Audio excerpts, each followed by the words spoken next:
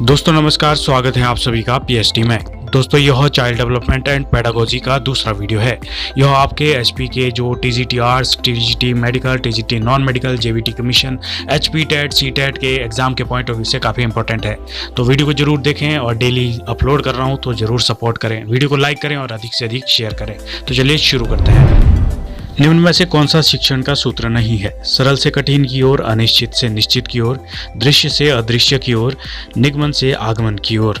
तो दोस्तों इसका जो राइट आंसर है वो है निगमन से आगमन की ओर शिक्षण का सूत्र नहीं है। दोस्तों आपको बता दूं कि हर्बर्ट स्पेंसर और कामेनियन ने शिक्षण के काफ़ी सारे सूत्र दिए हैं जो इस प्रकार से हैं। आपको याद रखने हैं, एग्जाम में इस तरह का क्वेश्चन जरूर पूछा जाता है।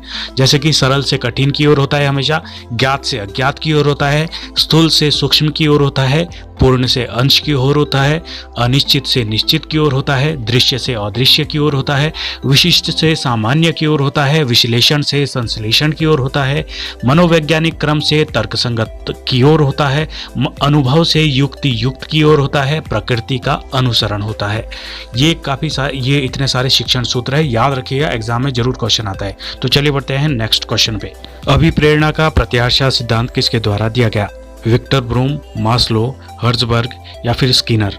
तो दोस्तों इसका जो राइट आंसर है वो है विक्टर ब्रूम। दोस्तों आपको बता दें कि अभिप्रेरणा के संबंध में वर्ष 1964 में विक्टर ब्रूम ने प्रत्याशा सिद्धांत का प्रतिपादन किया। यह सिद्धांत अभिप्रेरणा, निष्पादन तथा कार्य संतुष्टि के कारणों को विभिन्न प्रकार से परिभाषित करता है। इस सिद्धांत के अंतर्गत व्यक्ति अपने कार्य का चयन स्वयं करता है। सभी व्यक्ति अपने उद्देश्यों, आवश्यकताओं, मूल्यों, कुशलताओं, योग्यताओं तथा भूमिकाओं के संबंध में सतर्क रहते हैं। तो चलिए बढ़ते हैं नेक्स्ट क्वेश्चन पे। निम्न में से अधिगम में योगदान देने वाले मनोवैज्ञानिक कारकों में कौन सा शामिल नहीं है? अधिगम की इच्छा, प्रेरणा, रुचि, विषय वस्तु का स्वरूप। तो दोस्तों इसका जो राइट आंसर है वो है विषय वस्तु का स्वरूप। अधिगम में योगदान देने वाले मनोवैज्ञानिक कारकों में नहीं आता है। दोस्तों अधिगम क्या होता है? लर्निंग, मतलब जब आप किसी चीज़ को सीखते हैं, करना चाहते हैं तो वो अधिगम होता है।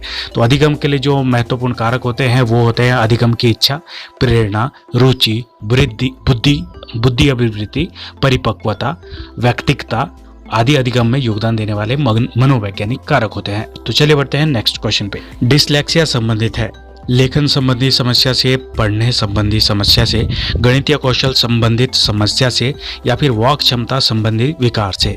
तो दोस्तों इसका जो राइट आंसर है वो है पढ़ने संबंधी समस्या से।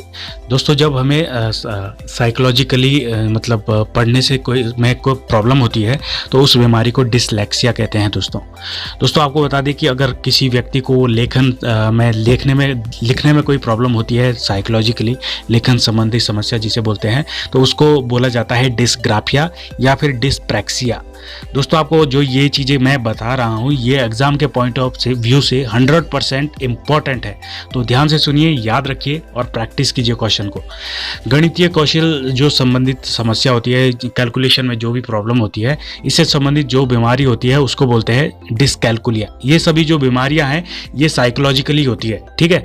और अगर बात करें जो मौखिक रूप से सीखने की अक्षमता होती है, मतलब वाक क्षमता संबंधी विकार से, तो उसको बोलते हैं अफेजिया या फिर डिस्फेजिया, ठीक है। तो इसके अलावा और भी बहुत सारे हैं इस तरह के मनोवैज्ञानिक रोग, उन सभी को देख लीजिएगा क्योंकि एक क्वेश्चन जरूर आता है, कमीशन में भी आता है, टेट में भी आता है। तो चलिए बढ़ते हैं नेक्स्ट क्वेश्चन पे।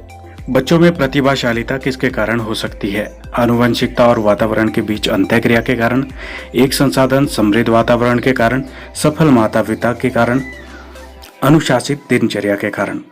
तो दोस्तों इसका जो राइट आंसर है वो है आनुवंशिकता और वातावरण के बीच अंतःक्रिया के कारण। तो दोस्तों आपको ये सीरीज कैसी लग रही है कमेंट करके जरूर बताएं। अगर आपको अच्छी लग रही है तो भी लाइक करें और शेयर करें।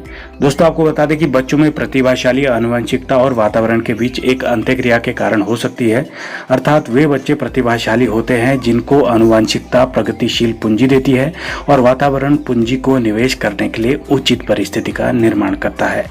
अर्थात कहने का ये मतलब है जिन्हें माँ बाप पूर्वजों से बहुत कुछ आनुवंशिक रूप से सीखने को मिलता है या फिर जन्मजात मिलता है, बुद्धि लब्धि अच्छी होती है और उसके बाद उन्हें एक बेहतर वातावरण भी मिलता है जो हमें पेरेंट्स को उपलब्ध करवाना पड़ता है। बच्चों को अच्छी शिक्षा के अवसर, कई तरह की चीज़ें जिसका कि बच्चे की प्रतिभाशालिता पर काफ़ी असर पड़ता है।